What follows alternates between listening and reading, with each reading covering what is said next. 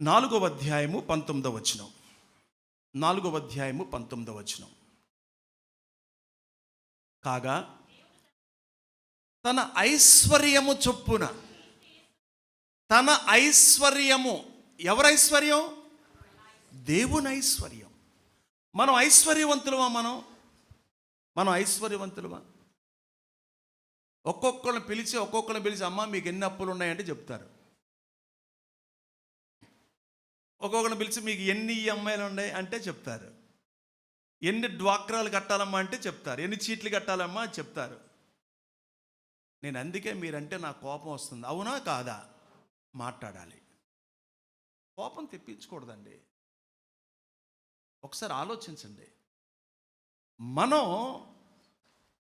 ఒక్కొక్కళ్ళు ఒక్కొక్క సమస్యతో బాధపడుతుంటే దేవుడు ఏమన్నాడు? తన ఐశ్వర్యము. మన ఐశ్వర్యవంతులము కాదు, కానీ దేవుడు లో నుండి మనకు ప్రతి అవసరము తీర్చుచున్నాడు. హల్లెలూయా. అవసరము, అనవసరము, అత్యవసరము, ఇవి దేవునికి తెలుసు. దేవుడికి అవసరం అనిపించిన దానిని, దేవుడికి అవసరమని అనిపించిన దానిని అని అర్థం. దీని అర్థం ఐశ్వర్యములో మన అవసరతలు తీర్చమంటే మనం అడిగినవన్నీ ఇవ్వడు. గుర్తుపెట్టుకోండి, మీరు అడిగినవన్నీ ఇస్తాడు అని చెప్పే చర్చీలు ఉన్నాయి, వేరే చర్చీలు ఉన్నాయి. మీరు అడిగినవన్నీ ఇస్తాడు, మీ బ్యాంక్ అకౌంట్లో డబ్బులు పడిపోతాయి, మీకు అబ్బాయి పుడతాడు,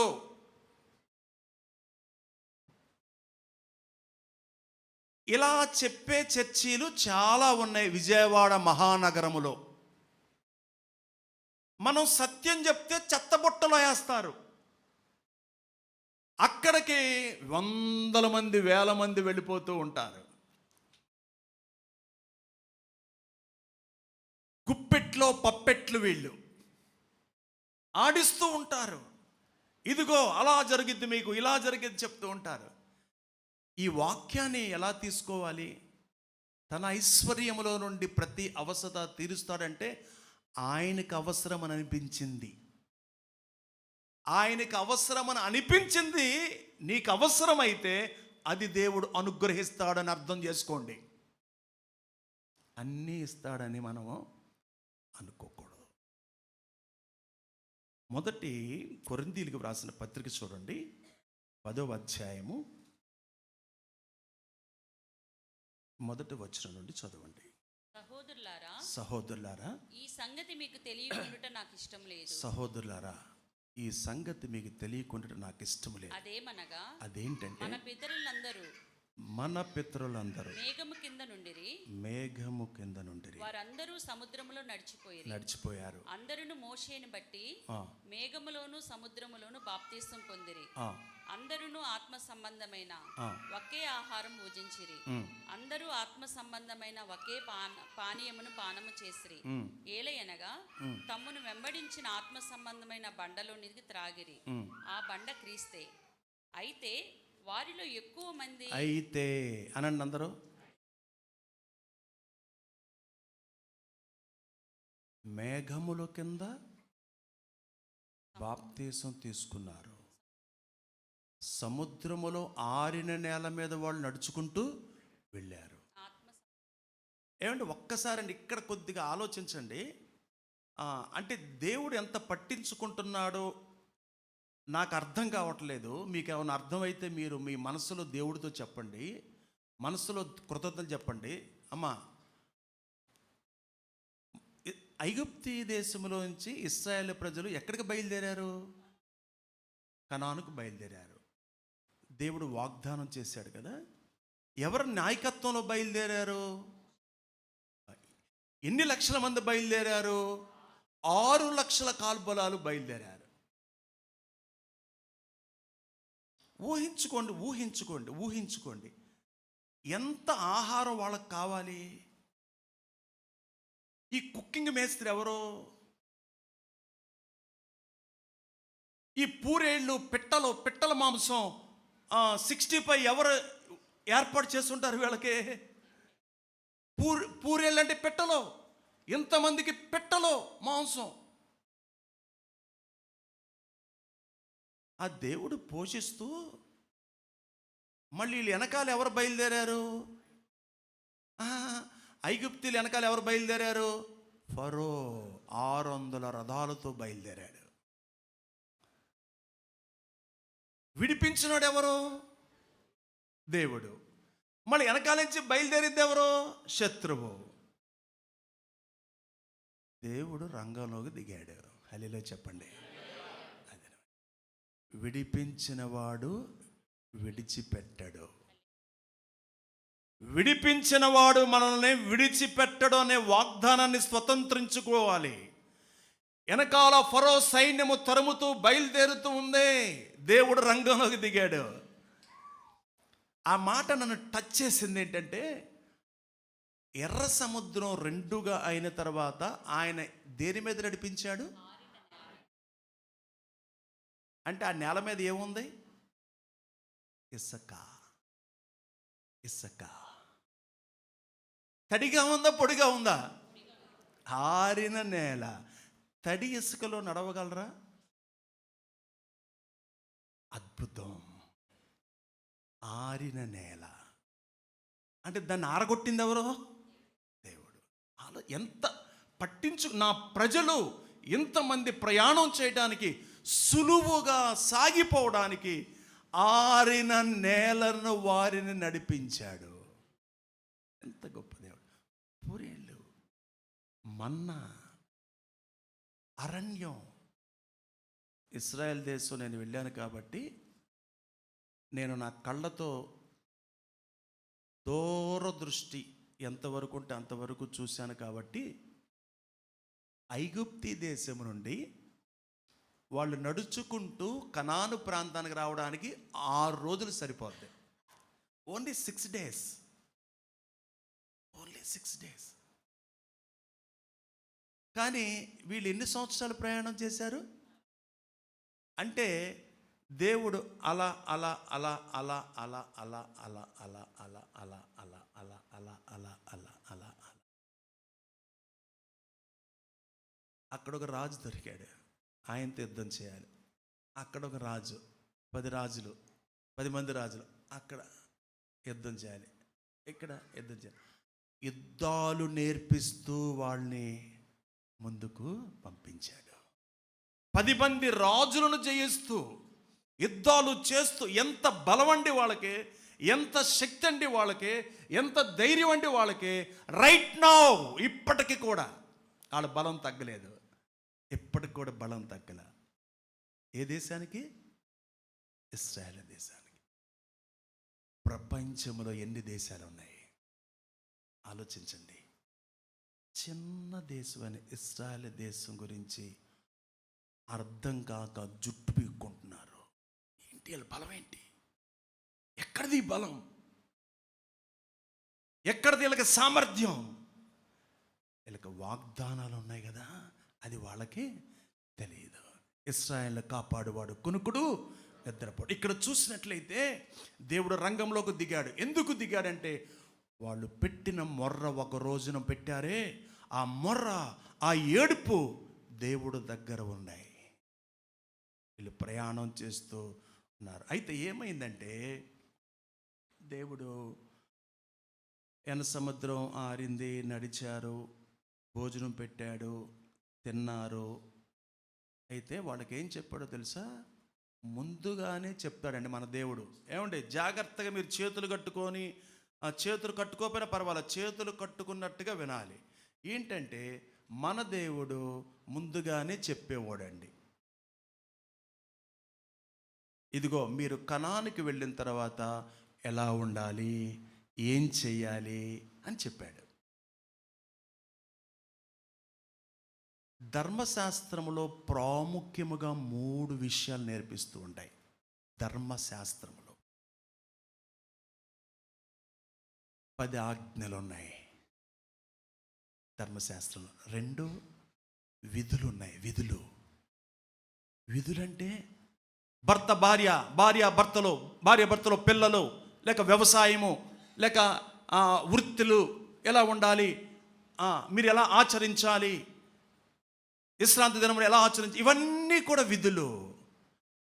తర్వాత నేను ఎలా తీర్పు తీరుస్తానో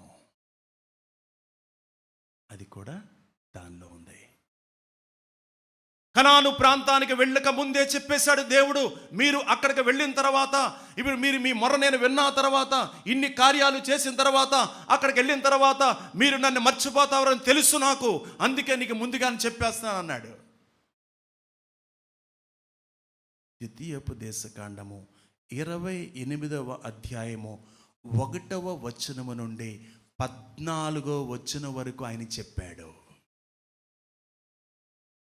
ద్వితీయోపదేశకాండము 28వ అధ్యాయము మొదటి 14 వచనాలు ఆయన చెప్పాడు. ఇదిగో ఇవి మీ ఆశీర్వాదాలు. చదవండి. నీవు నీ దేవుడైన యెహోవా మాట, జాగ్రత్తగా వినండి, నీవు నీ దేవుడైన యెహోవా మాట శ్రద్ధగా వినాలి. నేడు నేను నీకు ఆజ్ఞాపించు. అందరూ శ్రద్ధగా వినాలి. కింద కూర్చున్న వారు శ్రద్ధగా వినాలి, పైన కూర్చున్న వారు శ్రద్ధగా వినాలి, ఎప్పుడు వినాలి. నేను నీకు ఆజ్ఞాపించుచున్నా ఆయన ఆజ్ఞలన్నిటిని అనుసరించి నడుచుకొనవలెనని నీ దేవుడైన యెహోవా భూమి మీదనున్న సమస్త జనముల కంటే నిన్ను హెచ్చించును. హల్లెలూయా. చెప్పాడా చెప్పలేదా? ఏమండి బ్రదర్స్, దేవుడు ముందుగానే చెప్పాడా చెప్పలేదా? చెప్పాడు. శ్రద్ధగా వినాలి అన్నాడు. ఇగో నా మాటలు, నా ఆజ్ఞలు మీరు శ్రద్ధగా వినాలి. నేను మిమ్మల్ని మన్నా ఇచ్చానా లేదా? మేఘం కింద నడిపించానా లేదా? ఎర్ర సముద్రమును రెండుగా చేశానా లేదా? మీరు మట్టి పిసికి ఇటుకలు చేసుకుని వెట్టి చాకిరితో ఉంటే బాధపడుతుంటే మీ బొర విన్నానా లేదా? ఫరో సైన్యమును నేను ఏం చేశానో మీకు తెలుసా? ఎన్ని చేశా? మీరు మర్చిపోకూడదు. నన్ను శ్రద్ధగా వినాలి, చెయ్యాలి, ఆశీర్వదిస్తానన్నాడు.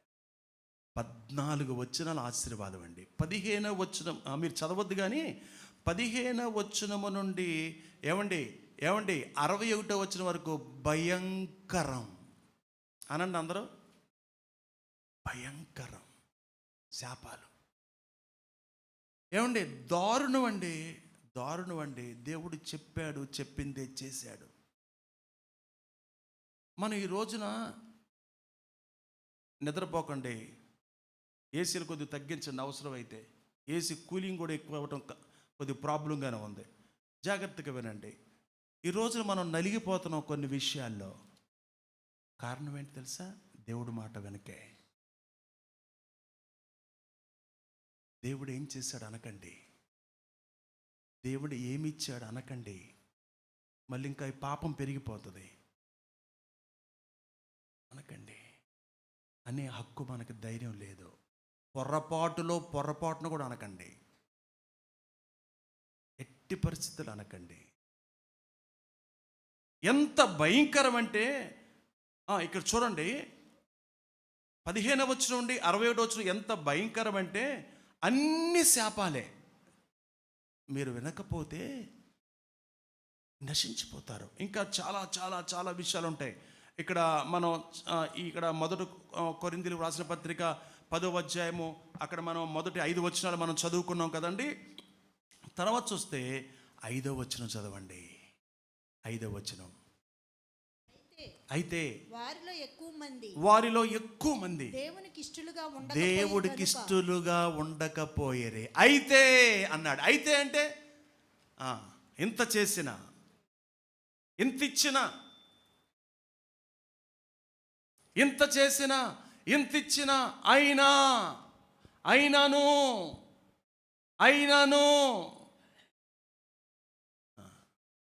ఏం చేశారమ్మా? 5వ వచనంలో అరణ్యములో సంహరించబడిరి, రాలిపోయారు. డియర్ బ్రదర్స్, సిస్టర్స్, ఓ మాట చెప్పండి, బాధ కాదా? చెప్పండి, బాధ కాదా? రాలిపోయారు. చెప్పాడు ఆయన, ముందుగానే చెప్పాడు. ఎంత చక్కగా చెప్పాడంటే 1 నుండి 14, 15 నుండి 61 వచ్చిన వరకు విభజించి 2 భాగాలుగా చూపించాడు. ఇదిగో ఇలా ఉండాలి, అలా ఉండకపోతే మీకు ఏం జరుగుతుందో అని. ఇష్టలుగా ఉండలేదు వాళ్ళు. తిన్నారు, ఏమండి తిన్నారు, తిన్న తర్వాత ఏమొచ్చింది చెప్పండి? తేపు వస్తుంది. Okay good. తాగారు, ఓకే గుడ్. ఏం చేయాలి ఇప్పుడు? సతీష్ గారు వాక్యం చేపించారు కదా, స్తుతించాలి. ఆడటానికి లేచారు, తినుటకును త్రాగుటకును, తినటానికి తాగటానికి కూర్చున్నారు, ఆడుటకు లేచిరి. ఆహా, మొత్తెక్కింది. ఆడటానికి లేచారు, రాలిపోయారు. దేవుణ్ణి స్తుతించవలసిన వారు స్తుతించలేదు. ప్రియ సహోదరి సహోదరులారా, 5వ వచనం చూడండి. దేవుడికి ఇష్టలుగా ఎక్కువ మంది దేవుడికి ఇష్టలుగా ఉండకపోయిరు గనుక అరణ్యములో. ఇప్పుడు మా బాధ ఏంటంటే చర్చికి వస్తున్నాం, దేవుడికి ఇష్టలుగానే ఉంటున్నామా? అమ్మా ఏసీ తగ్గించారులే, పడుకోకండి, మమ్మలేదులే, పడుకోకండి అమ్మా, మమ్మలే. మందిరానికి వస్తున్నాం, ఆయనకి ఇష్టమైనట్లుగా వింటున్నామా? ఆయనకి ఇష్టమైనట్లుగా మనం చేస్తున్నామా? ఇది ఇంపార్టెంట్, ఇది చాలా ముఖ్యము. ఏమంటే వాళ్ళకి చేసినంత మనకి ఏమైనా చేశాడా దేవుడు? మనకి చిన్న చిన్న చేస్తేనే మనం అబ్బా అబ్బో అంటాం. ఎంత కష్టమైన పరిస్థితి. ఎర్ర సముద్రం 2 పాయలుగా చేయటం, స్పాట్లో ఫుడ్ రావటం, రెడీమేడ్కి ఎంబటెంబటే వచ్చేసింది ఫుడ్. 6 లక్షల కాల్బాలంటే ఒక్కోడికి 3 పెట్టలు వేసుకోండి. పూరేళ్ళు మనల్ని పట్టించుకుంటున్న దేవుడు. రోమా పత్రిక గబగబా స్పీడ్గా కొద్దిగా వెళదామండి. ఇక్కడ రోమా పత్రిక 10వ అధ్యాయము 8వ వచనం చూడండి, చదవండి. అదేమని చెప్పుచున్నది? వాక్యము నీ యొద్దను నీ నోటను నీ హృదయములోను ఉన్నది. హల్లెలూయా. ఎక్కడుండాలి వాక్యం? నోట్లో ఉండాలి, హృదయములో ఉండాలి. అమ్మా, వాక్యం గోడలకు పెట్టారు మంచిదే, వాక్యము వాహనాల మీద పెట్టారు మంచిదే. ఎక్కడ ఉండాలని దేవుడు చెప్తున్నాడు? నీ లోపల ఉండాలి. అంటే నేను చెప్పిన ఆజ్ఞలు నీ మదిలో ఎక్కించుకోవాలి, నీ మదిలో ఉండాలి, నీ మనసులో ఉండాలి. నారాయణరావు గారు, నీ మనసులో ఉండాలి, నీ మదిలో ఉండాలి, నీ హృదయంలో ఉండాలి, అది లోపల ఉండాలి. కానీ వాళ్ళు తిరుగుబాటు చేశారు. ఏం చేశారు? తిరుగుబాటు చేశారా? చెప్పండి, ఒకటి చెప్పండి, మీరు ఏం తిరుగుబాటు చేశారు చెప్పండి. శనిగారు, ఇంకా కొనిగారు, ఇంకా ఏంటి మీరే పరిశుద్ధులా ఏంటి అన్నారు. ఎవరిని? మోషే అహరోనుని. ఏంటి మాలో పరిశుద్ధులు లేరా? అభినాదాబు, కోరాహు, నాదాబు, అబిహు అని వీళ్ళు 250 మందిని పోగు చేశారు. దేవుడు రంగంలోకి దిగాడు. ఎవరు దిగారమ్మా? హైకమాండ్ రంగంలోకి దిగింది. భూమి అన్నాడు, ఓపెన్ అయిపోయింది. భూమి నెరవేర్చింది, వాళ్ళందరూ దానిలోకి వెళ్ళిపోయారు. ఘోష, మరణ ఘోష. నా సేవకుడి మీద తిరుగుబాటు చేయడానికి నువ్వెవడవు? భూమి నెరవేర్చింది. ఆ సేవకుడు రావడానికి లేట్ అయిపోయింది. ఏం చేద్దాం? బోరు కొడుతుంది, దూడను తెచ్చుకొని పూజ చేద్దాం అన్నారు. దూడను తెచ్చుకున్నారు, భజన స్టార్ట్ చేశారు. ఏంటి కింద సౌండ్లు, ఏంటా గోల? వాళ్ళు దూడను తయారు చేసుకొని ఏం చేస్తున్నారు? పూజలు చేస్తున్నారు. అక్కడే విగ్రహారాధన స్టార్ట్ అయింది ప్రపంచంలో. అక్కడే స్టార్ట్ అయింది. దేవుడు కోపం వచ్చింది. ఆయన ఆజ్ఞలన్నీ పక్కన పెట్టేశారు. భూమి నెరవేర్చింది. మోషే అన్నాడు, ఎస్ డాడీ, ఎస్ డాడీ, సంహారకుని పంపిస్తున్నా అన్నాడు. ఒక్కొక్క పాము కాటి వేస్తుంటే అమ్మో వాయో, అమ్మో వాయో అరుపులు. పాము కాటికి సంహారకుని వదిలేశాడు దేవుడు. కేకలు, అరుపులు. ఊహించుకోండి ఒకసారి మీరు. అది కూడా ఇశ్రాయేలు దేశంలో ఇత్తడి సర్పాన్ని నిలబెట్టి ఉంచాడు గుర్తుగా దేవుడు. ఆ పామును చూసి వాళ్ళు తప్పు చేయకుండా భయపడడానికి. పాము కాటు వల్ల 100 మంది చచ్చిపోయారు. వాళ్ళు చేసిన నేను ధర్మశాస్త్రంలో 3 విషయాలు ఉంటాయని చెప్పాను. ఒకటేంటి? 10 ఆజ్ఞలు ఉన్నాయి. 2 పౌరుని విధులు ఉన్నాయి. అంటే అన్నీ, భర్త కానీ, భార్య కానీ, పిల్లలు కానీ, వృత్తులు కానీ, చేతి వృత్తులు కానీ ఎలా ఏం చేయాలని. 3 పండగలు ఉన్నాయి. జాగ్రత్తగా మీరు వాటిని పాటించండి. దేవుడిచ్చిన పండగలు ఉన్నాయి. వాటిని మీరు పాటిస్తే నేను మిమ్మల్ని ఆశీర్వదిస్తా. వాటిని మీరు పాటిస్తే నేను మిమ్మల్ని దీవిస్తాను. వాటిని మీరు పాటిస్తే మళ్ళీ మీరు యెరూషలేముకు వచ్చేస్తారు. మళ్ళీ నేను మిమ్మల్ని కనాను ప్రాంతానికి తీసుకొచ్చేస్తానని చెప్పాడు. ఇప్పుడు 5వ వచనం చదవండి మళ్ళీ. 1 కొరింథీ 10:5. అయితే వారిలో ఎక్కువ మంది దేవుడికి ఇష్టలుగా ఉండలేకపోయారు కనుక అరణ్యములో సంహరింపబడిరి. వారు ఆశించిన ప్రకారము మనము చెడ్డవాటిని ఆశింపకుండునట్లు ఈ సంగతులు మనకు దృష్టాంతరముగా ఉన్నవి. అంటే అర్థం ఏంటి? ఇప్పుడు ఈ 1 కొరింథీ 10వ అధ్యాయం మనం చదువుకుంటున్నామంటే పాత నిబంధనలోకి వెళ్ళాల్సిందే. పాత నిబంధనలో జరిగినటువంటి సంఘటనలను ఇక్కడ పౌలు గారు జ్ఞాపకం చేస్తున్నారు. వారు అలా చేశారు, మనం అలా చేయకూడదు. వాళ్ళు ఇలా రాలిపోయారు, మనం రాలిపోకూడదు. వాళ్ళు తిన్నారు, కృతజ్ఞత కలిగి లేరు, మనం కృతజ్ఞత కలిగి ఉండాలి. అందుకే పాత నిబంధనలు చూపిస్తున్నాడు. ఇదంతా పాత నిబంధనల స్టోరీ అనండి. కొత్త నిబంధనలో పౌలు గారు ఆయన చెప్తుంది దృష్టాంతరముగా. అంటే అర్థం ఏంటండి చెప్పండి? వాడుక భాషలో చూద్దామా? 1 కొరింథీ వాడుక భాష చూద్దామా? 10వ అధ్యాయము 5వ వచనం అండి.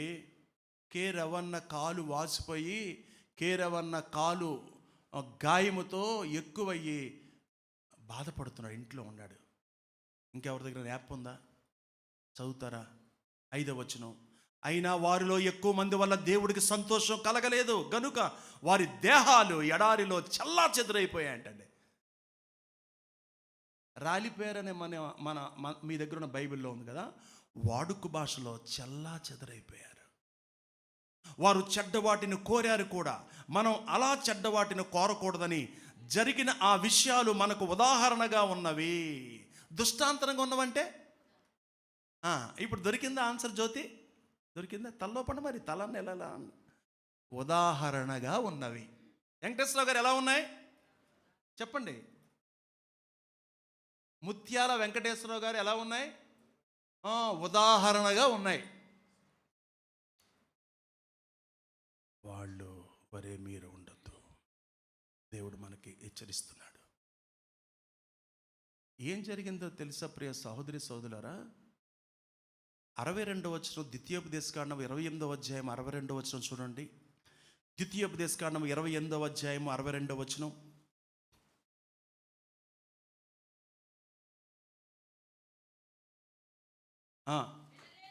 వినలేదు గనుక. వినమని చెప్పాడా? ముందు చెప్పాడా లేదా? చెప్పండి, మాట్లాడండి. చెప్పాడా లేదా? ఇప్పుడు వారు వినలేదు. వినలేదు గనుక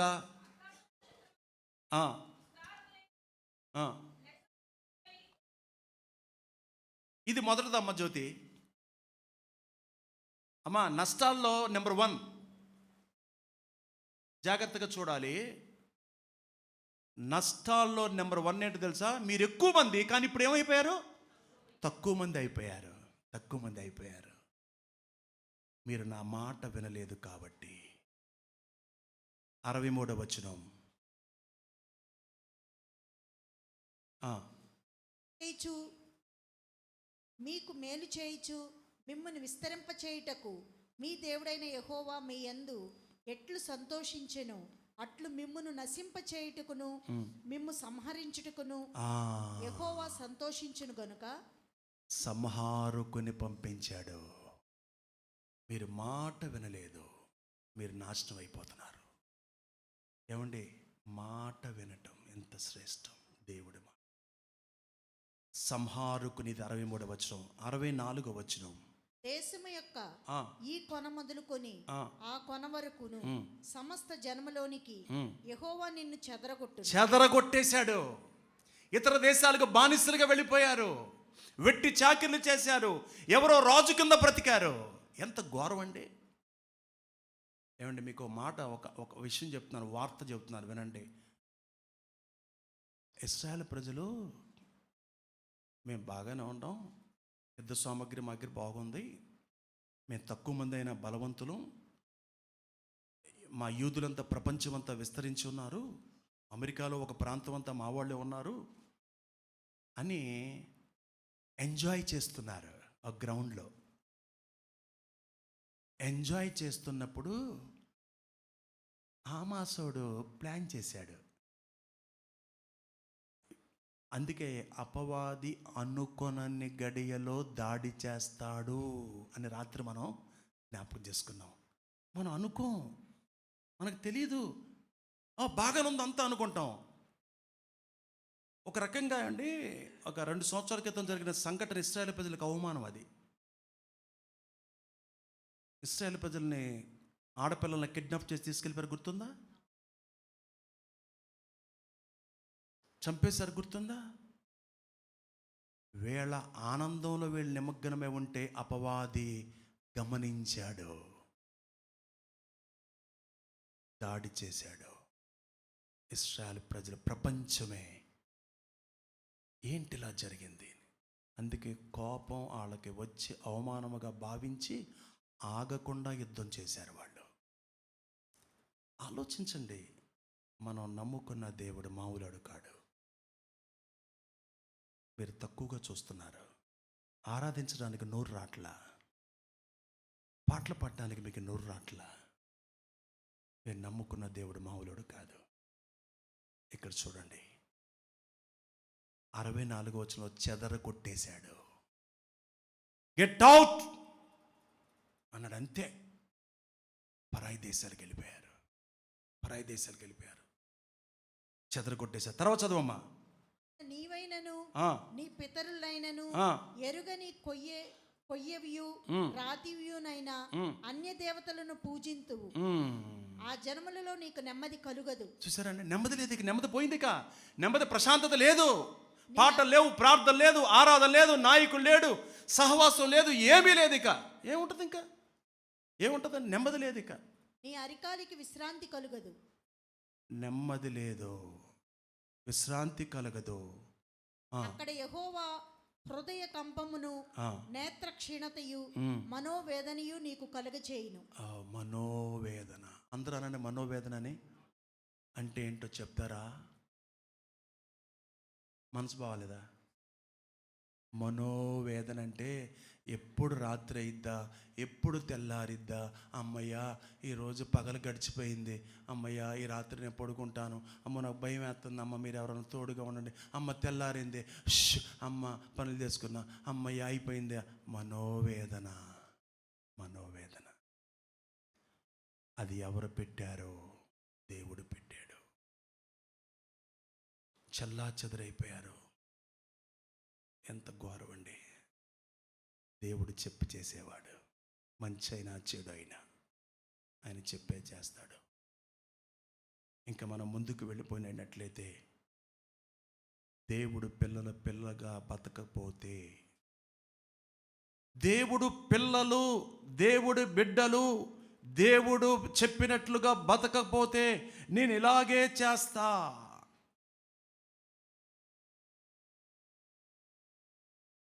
ఎంత బాధ పెట్టారు ఆయన్ని.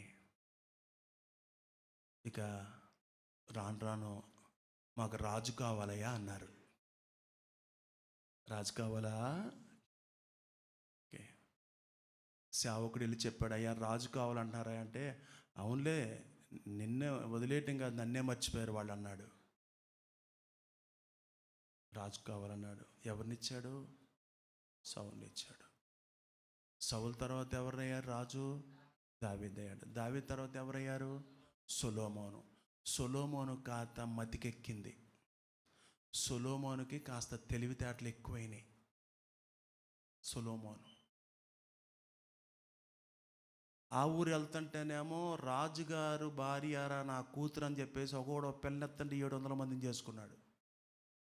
ఈ దేశం వెళ్తుంటే సొలొమోన్ రాజుగారు భార్య నా కూతురు అవ్వాలరా అని చెప్పేసి ఈ దేశం వెళ్తుంటే ఒక అమ్మాయిని ఎత్తున్నారు, ఆ దేశం వెళ్తే ఒక అమ్మాయిని ఎత్తున్నారు. మొత్తానికి 700 మందిని పెళ్లి చేసుకున్నాడు. 1000 మంది కాదు, 700 మంది. 300 మంది ఉపపత్నులు. ఈ ఉపపత్నులు ఎందుకు? యుద్ధానికి వెళ్ళినప్పుడు ప్రయాణంలో తీసుకెళ్ళేవాళ్ళు. వీళ్ళు ప్రయాణానికి ఉపయోగపడేవాళ్ళు. మొత్తం ఎంతమంది? మీకు కూడా కావాలా? మతిపోయింది. మతిపోయి ప్రసంగి గ్రంథం 2వ అధ్యాయం 2వ వచనం వచ్చేవాడికి మతి తప్పింది, నాకు మతి మీరిపోయాను నేను, అన్నీ అనుభవించి వ్యర్థం వ్యర్థం వ్యర్థం వ్యర్థం వ్యర్థం అని శివరాగారికి ప్రసంగి చెప్పుచున్నాడు. ఆయన ఏమైందంటే, ఆ సొలొమోను తెలివి ఎక్కువైపోయింది, మతిహీనతకు వచ్చేసాడు, బుద్ధి వచ్చేసింది. ఎంతమంది భార్యలండి? మీరు ఆగండి. ఎంతమంది భార్యలండి? ఒకళ్ళతోనే మీరు ఒకళ్ళతోనే చాలా కష్టం. ఎవరు నాని? అవును కదా. తలూపాడు. ఆలోచించండి. ఒక సేవకుడు చెప్పాడు, సిద్దిపేట ప్రకాష్ గారు చెప్పాడు, ఎంతమందిని సంతోషపెట్టి ఉంటాడు? ఎవరి దగ్గర ఎన్ని రోజులు ఉంటాడు? ఆ ప్రసంగి గ్రంథం అందుకే పుట్టింది. ప్రసంగి గ్రంథం అందుకే రాశాడు. ఆయన రాసింది ఆ ప్రసంగి గ్రంథం అంతా కూడా. ఆయన వచ్చేపాటికి అలా ఆయన బుద్ధి తెచ్చుకున్నాడు. అసలు దేవుడు ఏమంటున్నాడు తెలుసండి? మన దేవుడు కిరణం జాగ్రత్తగా విను. మన దేవుడు ఏమంటున్నాడు తెలుసా? హెబ్రీ పత్రిక చూడండి. హెబ్రీ పత్రిక ఇంకా నేను ఒక 2-3 రిఫరెన్స్లు చూసి ముగిచ్చేస్తా జ్యోతి. హెబ్రీ పత్రిక చూడండి, 5వ అధ్యాయము 11వ వచనం. 5:11. కూర్చి మేము చెప్పవలసినవి అనేక సంగతులున్నవి గాని మీరు వినుటకు మందులైనందున వాటిని విశదపరచుట కష్టము. కాలమును బట్టి చూచితే మీరు బోధకులుగా ఉండవలసిన వారై ఉండగా దేవోక్తులలో మొదటి మూల పాఠములను ఒకడు మీకు మరలా ఏం చదువుతున్నారు మీరు? హెబ్రీ 5:11 చదవండి. 12. కాలమును బట్టి చూచితే మీరు బోధకులుగా ఉండవలసిన వారై ఉండగా దేవోక్తులలో మొదటి మూల పాఠములను ఒకడు మీకు మరలా బోధింపవలసి వచ్చెను. 5వ అధ్యాయం 11వ వచనం చదవండి. ఇందును గూర్చి మేము చెప్పవలసినవి అనేక సంగతులున్నవి గాని మీరు వినుటకు మందులైనందున. తెలియదా? మీకు చేయదా? ఏం చెయ్యాలో మీకు తెలియదా? మేము మీకు చెప్పలేదా? మీకు నేర్పించలేదా? మీకు మేము బోధించలేదా? కానీ మీరు వినే పరిస్థితులు ఈ రోజున కనిపించట్లేదు అని చెప్తూ ఇర్మియా గ్రంథం 3వ అధ్యాయము 13వ వచనం కూడా చదవండి. ఇర్మియా గ్రంథం 3వ అధ్యాయము 13వ వచనం. నీ దేవుడైన యెహోవా మీద తిరుగుబాటు చేస్తూ నా మాటను అంగీకరింపక ప్రతి పచ్చని చెట్టు క్రింద అన్యులతో కలుసుకొనుటకు నీవు ఇటు అటు పోయినా నీ దోషము ఒప్పుకొనును. ఇదే యెహోవా వాక్కు. మీ ప్రవర్తన గురించి జాగ్రత్త. ఇది మన టైటిల్ అది. మీ ప్రవర్తన గురించి జాగ్రత్త. మీరేం చేశారు?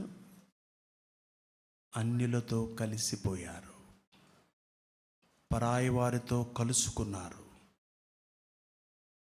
22వ వచనం, భ్రష్టులైన బిడ్డలారా భ్రష్టులు అని పిలుస్తున్నాడు తన పిల్లలను.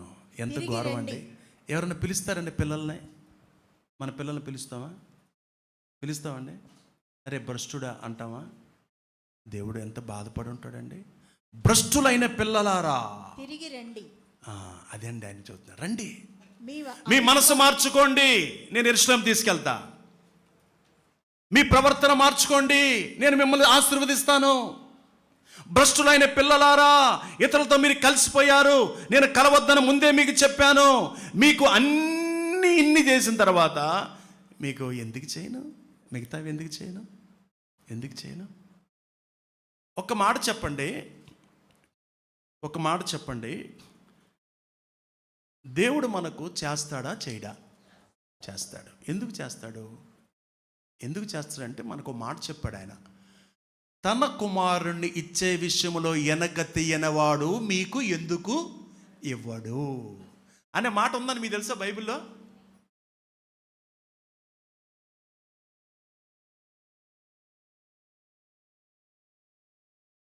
రోమాపత్రిక 8వ అధ్యాయము 31వ వచనం చూడండి. ఇట్లుండగా ఏమందమో దేవుడు మన పక్షమునుండగా మనకి విరోధెవడో. ఈ మాట పట్టుకోండి, ఈ మాట తీసుకొని, తన సొంత కుమారుణ్ణి అనుగ్రహించడానికి దేవుడు వెనక్కి తీయలేదు. మీరు కొడుకునిస్తారా? ఇక్కడ సేవ చేయడానికి మందిరంలో నాతో పాటు తిరగడానికి మీ కొడుకునిస్తారా? మీ కూతురునిస్తారా పరిచయం చేయడానికి? మాకు ఒక్కదే కూతురు అండి, మాకిద్దరే పిల్లలు అండి, ఒకటి బీటెక్ ఒక ఎంటెక్ అండి. ఓకే మంచిదే, థ్యాంక్స్. మీ పిల్లలు ఏం చేస్తున్నారండి? మా వాళ్ళు అండి. సేవకి ఇస్తారా పిల్లల్ని? సేవకి ఏ సేవ? పనికిమాల సేవ కాదు, దేవుని సేవకి. ఒక్కగాను ఒక కుమారుని ఇవ్వడానికి వెనక తీయని, చదవమ్మా, తన సొంత కుమారుని అనుగ్రహించుటకు వెనుక తీయక మనందరి కొరకు. అమ్మా, మళ్ళా ఆయన అప్పగించిన వాడు, అర్థమైందా? ఆయనతో పాటు సమస్తమును మనకు ఎందుకు అనుగ్రహించాడు? కొడుకునే ఇచ్చేశాడు, మరి మిగతా ఎందుకు ఇవ్వడు? ఇస్తాడెవడా? ఆ వాగ్దానం బట్టి ప్రార్థన చేయండి.